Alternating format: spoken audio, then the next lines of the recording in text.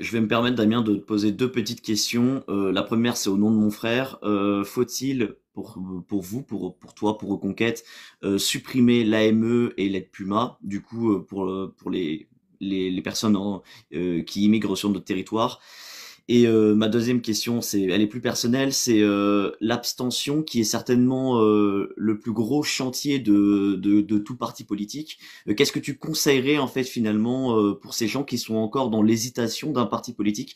Je sais que tout à l'heure tu nous l'as expliqué, les principales axes de pour qui voter, ce qui est nos convictions par rapport à nos convictions. Est-ce que tu as un conseil éventuellement à donner à ces gens qui hésitent encore pour qui voter et s'il faut se déplacer aux urnes?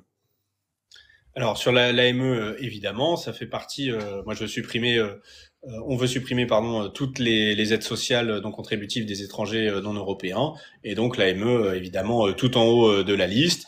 Il existera une prise en soin, une prise en charge pour les cas très très graves, très très urgents, mais ça existe déjà. Mais l'AME n'a effectivement plus lieu d'être. De toute façon, on coupe nous l'immigration non européenne, donc il y aura quand même beaucoup moins de problèmes. Et les gens qui viendront en Europe seront soit des touristes, soit des travailleurs qualifiés, donc qui on n'aura pas à prendre en charge, qui seront sous mutuelle, sous assurance. Donc voilà, il y aura plus tous ces problèmes-là. La deuxième question, c'était C'est par Comment, rapport comment à convaincre les l'abstention abstentionnistes aiguillée, surtout? voilà. Mm. l'abstention. Alors, l'abstention, c'est les Alors, gens il qui faut ont... rappeler, Damien, sauf erreur de ma part, que l'abstention, il y a 5 ans aux européennes, c'était 50%. Hein. Oui, et alors là, ils annoncent une abstention qui sera équivalente. Alors l'abstention, on arrête de voter quand on a l'impression que le politique n'a plus de pouvoir. Et le politique n'a plus de pouvoir parce que son pouvoir a été divisé. Il a été divisé parce qu'avant on avait le département et l'État, et aujourd'hui, enfin la commune, le département et l'État. Aujourd'hui, on a la commune, on a la communauté de communes, on a le département, on a la région, on a l'État, on a l'Union européenne. Et donc, forcément, avant, les pouvoirs étaient répartis à 25%, 30% pour chaque strate. Et aujourd'hui, il n'y a plus que 10% dans chaque strate. Et donc, on a l'impression, voilà, quand on cherche à résoudre un problème, on a l'impression que ça ne fonctionne plus. Il y a ce premier problème. Après, il y a le problème de ne jamais tenir ses promesses, qui fait que ça dégoûte les gens. Donc, c'est important lorsqu'on est en campagne de ne pas tenir de fausses promesses. Et les gens qui vous font des grandes promesses sur le pouvoir d'achat ne pourront peut-être pas les tenir parce qu'il y aura la dette, parce que l'argent qu'on prend chez les uns, il va falloir le prendre chez les autres, et que on croit que c'est toujours chez les autres, puis en fait c'est chez soi qu'on le prend.